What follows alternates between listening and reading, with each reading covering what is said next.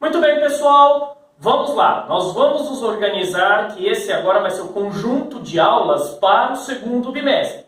Aquelas videoaulas que estão no site são do primeiro bimestre. Só que a gente tem um grande dificultador aí para esse nosso segundo bimestre.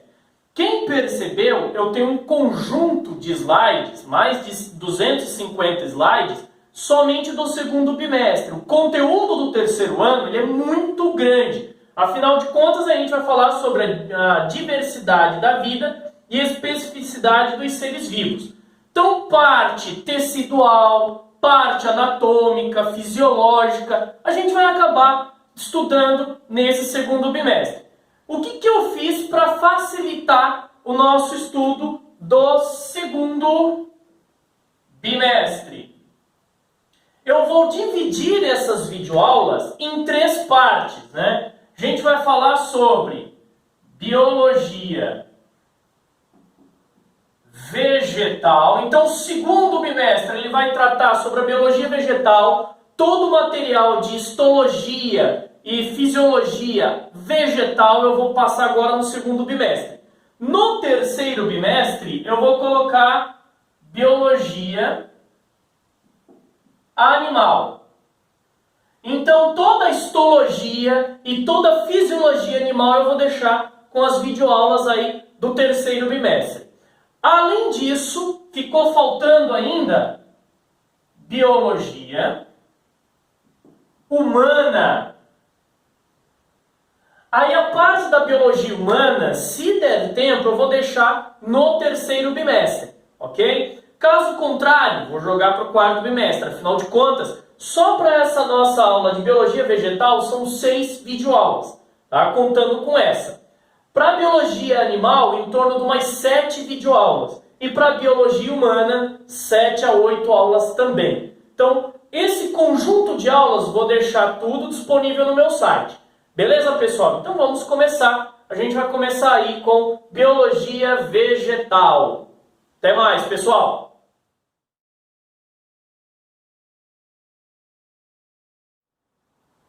Muito bem, pessoal, vamos começar então. Vamos falar um pouco sobre a biologia das plantas, né? Vamos falar um pouco sobre vegetais. E para a gente falar deles, a gente vai comentar logo de início sobre os aspectos comparativos à parte de histologia, tecidos. O que é a parte de histologia? É o estudo dos tecidos, tanto vegetal quanto animal. Os vegetais, da mesma forma que os animais, são formados por células que na fase embrionária se diferenciam, tanto na estrutura como no funcionamento, constituindo o que chamamos de tecidos. Os tecidos vegetais são divididos basicamente em 2 grupos.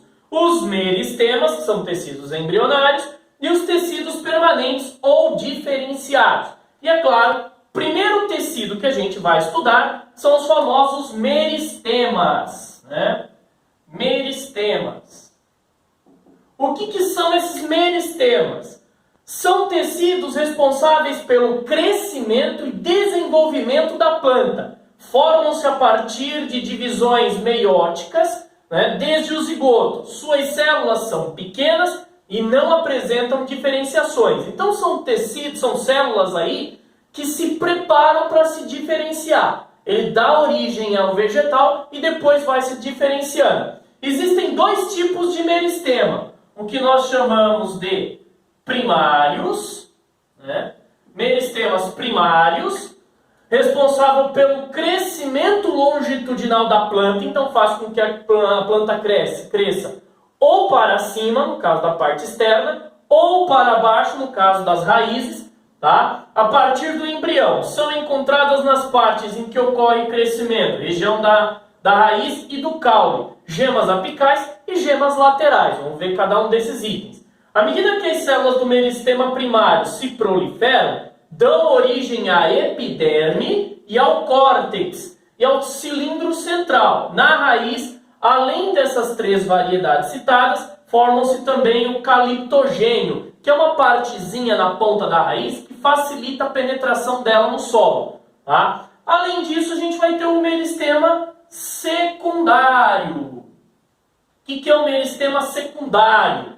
né, responsável pelo crescimento em espessura, faz com que a planta cresça em espessura. E é dividido em dois, o felogênio e o câmbio. No caso do felogênio, ele vai produzir o súber ou a cortiça, que é a parte mais externa, e o feloderma, tecido, com a função aí de preenchimento. E o câmbio, ele vai formar-se por desdiferenciação das células do cilindro central. Essas células se proliferam, dando origem aos vasos condutores. Vamos ver um pouquinho aqui desses dois meristemas. Olha lá, aqui a gente tem a origem dos primeiros meristemas, né? Que é o meristema embrionário, primário, para crescimento longitudinal. Parte de gema é essa bolinha que fica na ponta da planta, ou na ponta de cima, ou nas laterais. Aí vão formar os meristemas primários. E aqui a gente já começa com o meristema secundário. Aqui a gente já tem o felogênio, com o súber, a casca, a parte mais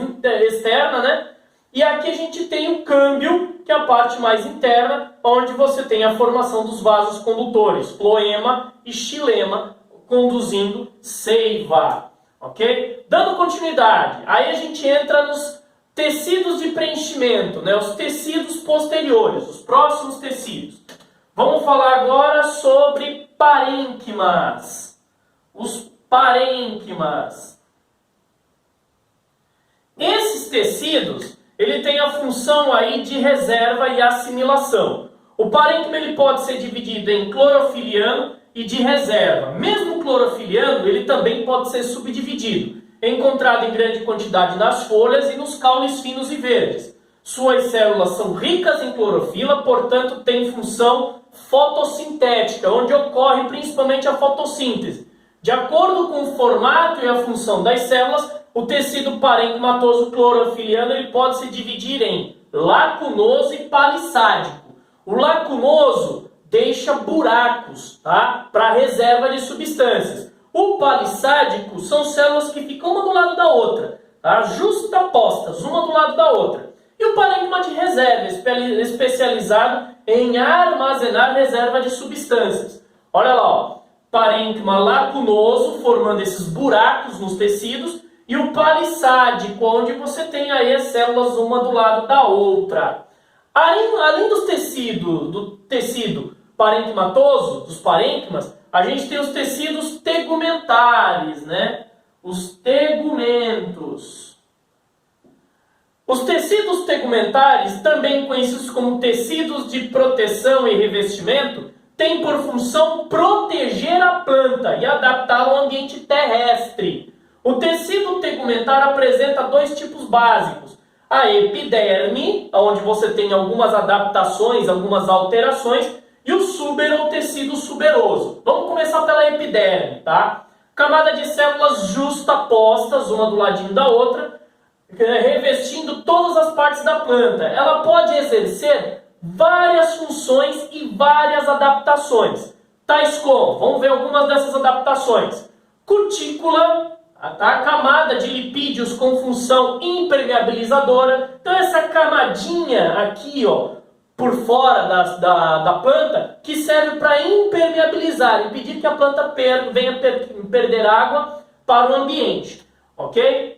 Os acúleos, que a gente chama vulgarmente de espinhos, mas não são espinhos, né? Espinho, na verdade, tem uma outra funcionalidade, serve para outra coisa, e a gente vai ver mais para frente, ok? Então, os acúleos são projeções pontiagudas e resistentes, que têm a função de proteção. São comuns em roseiras, facilmente confundidos aí com os espinhos, como eu falei.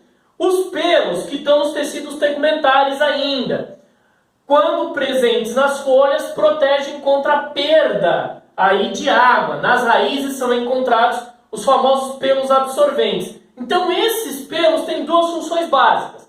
Na raiz, para auxiliar na absorção, na folha, para impedir aí a perda de água ou até mesmo o congelamento da planta. Estômatos, presentes nas folhas, em caules jovens, em algumas flores também. São formados por duas células com um orifício regulável entre elas, o qual controla as trocas respiratórias da saída de água.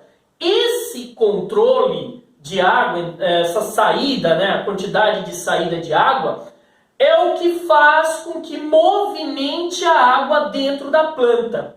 Tá? Quando a gente for falar sobre transporte de substâncias, vou falar muito dessas células estomáticas, que você tem principalmente nas folhas. Okay? Então ela é formada por essas duas células laterais, e aqui esse opérculo, esse ostíolo, né, como eles chamam, ele abrindo ou fechando, aumenta a perda de água para o ambiente, fazendo com que a circulação aumente ou diminua dependendo da situação.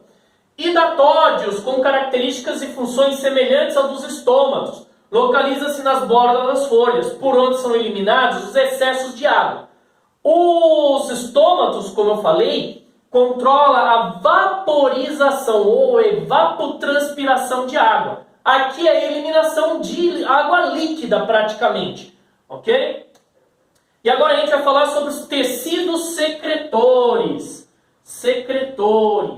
Aqueles que secretam substâncias. Tá? Os secretores são substâncias produzidas, né? Secreções, são substâncias produzidas pelos seres vivos, que podem ser utilizadas pelo mesmo ou jogadas no ambiente. Existem aí algumas formas disso, como por exemplo, os pelos glandulares na planta, encontrados em folhas de urtiga, em plantas carnívoras, algumas que acabam secretando essências também, nectórios, bolsas secretoras presentes nas folhas, onde é produzido néctar e substâncias aromáticas, canais laticíferos, são canais produtores de látex, de algumas plantas que produzem látex, que é aquele líquido leitoso, que também pode ser utilizado para formar borracha. E aqui a gente tem alguns exemplos de tecidos secretores, né? Os pelos secretores, urtiga, a planta insetívora, né? Planta carnívora, a rosa também, que tem a produção de essências, bolsas secretoras, os canais lactíferos ou lacitíferos, e os hidatódios entram também nesse caso de tecidos secretores, tá? Tecidos de sustentação. Vamos colocar aqui. Outro tipo de tecido. Funcionam como suporte, sustentando e dando apoio ao corpo da planta. O tecido de sustentação apresentam dois tipos. O colênquima, com células vivas e fibrosas, que é mais importante, multiplicam-se até a fase adulta, mesmo com função de sustentar a planta, não apresentam grande rigidez. Por quê? É o esclerênquima que é mais rígido. O esclerênquima é formado por células mortas com um tipo de um hormônio chamado lignina, uma substância chamada lignina, que funciona como uma supercola. Essa supercola dá resistência à planta, tá? E é formado principalmente no tecido esclerênquima, ok? Vamos ver um pouquinho aqui, ó. Olha lá, ó. Colênquima, onde você tem células vivas, o parênquima, e aqui o parênquima, que são tecidos de preenchimento, e o esclerênquima, que é formado por células lignizadas, essa parte aqui meio amarronzada, é lignina, morreram as células e aí forma essa camada mais resistente, ok? Tecidos condutores, vou colocar aqui do lado, condutores. Quem são os tecidos condutores? Presentes nas plantas vasculares ou traqueófitas, como é o caso das pteridófitas, gimnospermas e angiospermas, né? É o tecido que se encarrega de transportar pelo corpo do vegetal todas as substâncias necessárias. Apresentam dois tipos. O lenho ou xilema, que é responsável pelo que chamamos de transporte de seiva bruta, água e sais minerais, tá? Ele é mais interno na planta. E o líber ou floema, que vai transportar seiva elaborada ou orgânica, tá? Ele é mais externo na planta. As principais características do lenho ou xilema tem diferença de um para outro, formado por células mortas impregnadas de lignina. E o material que forma a célula, ao se decompor, deixam canais através dos quais uma célula se comunica com a outra, recebendo o nome de traqueias, ou elementos de vasos. Então, os vasos lenhosos, além de terem células mortas, é composto por elementos de vasos. Já O xilema, o floema, desculpa, e ou vasos liberianos são formados por células vivas, o outro é por células mortas, tá? E aqui a gente tem o que é chamado de canais sofrem interrupções, e esse daqui é chamado de placa crivada, o elemento crivado, tá? Enquanto que lá a gente tinha outro tipo de célula. E a gente tem aqui uma figura mostrando basicamente o tecido interno, xilema, como falei, mais interno, floema, mais externo. Beleza, pessoal? Vamos continuar aí, próxima aula daqui a pouco. Até mais!